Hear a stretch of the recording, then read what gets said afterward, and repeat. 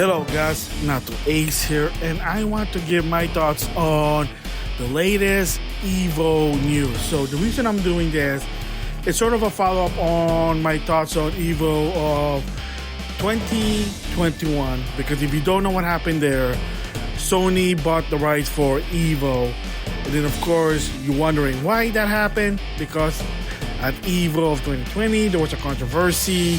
The guy who used to run EVO basically got caught off doing something disgusting to a point that a lot of the FGC, who at one point looked up to this person, said, yeah, I can't believe this person did what he did. It's disgusting. I don't want to be associated with this person. And there was a chain of reaction to a point that a lot of major companies said, yeah, we're not dealing with this. We don't want to be related to the organization. To a point, it just got canceled. And of course, 2021, Sony took over, and they also have new people taking over as well, such as Rick Hado, the guy who runs Combo Breaker, and Pokimane, which is a famous Twitch streamer, but they're part of the new EVO. And now in 2022, they're gonna announce something new. But at the same time, they kind of gave a caveat to, well, it's probably expected, and that is any Super Smash Bros. Game will no longer be at EVO, or at least in EVO 2022. And according to EVO committee, it was Nintendo's decision to do it. And my thoughts about it is, yeah, I had a feeling that it was something like that. And there's a lot of people theory of why, and the most common one that most people said was maybe because of Sony. There's a possibility it's Nintendo's competition. It might be for them a conflict of interest. It could be also that the history behind of the Smash community. Of course, if you know, if you've been following, there was some disgusting misconduct situation there. So again, you know, they don't want to be associated with it, to a point that Nintendo even trying to stay away from certain Smash players, because like, yeah, we don't want to be associated with that person because they were disgusting.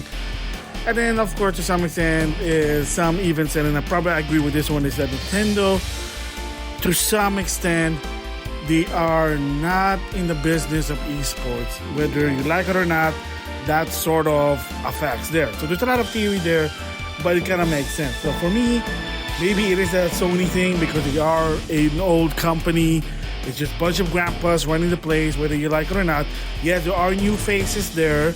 Doug Bowser, Shuntaro Furukawa, Koizumi, Takahashi. But again, still, the shareholders, the executive, they're old fogies, whether you like it or not there.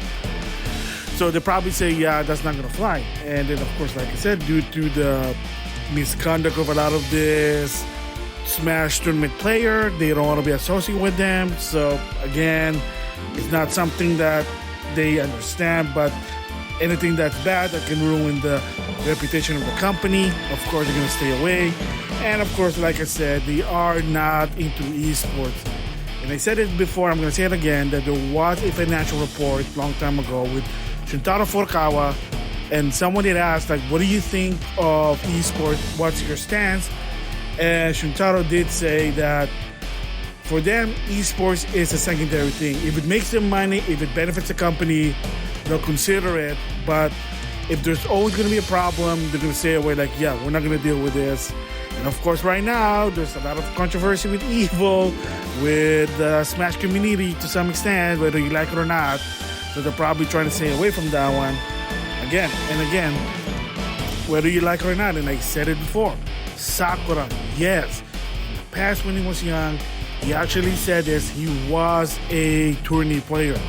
He threw that behind him, and he just want to make games to a point that he doesn't even consider Smash Brothers a fighting game. At one point, he probably did it just for market reason, maybe, but I can tell you in his heart, his belief, he doesn't say Smash Brothers is a fighting game. It's more a party brawler game where you get a lot of friends and you play together for fun. Yeah, I mean, I like Smash Brothers. You can see my videos. I do Smash Brothers showcases. But the thing that I'm not interested is Smash Brother in a competitive level. I'm sorry. No item, flat stage, 1-on-1. I'm sorry to say. It's freaking boring as hell. Like, I try to watch it and I'm like, okay, this is boring. This is crap. I'm changing it.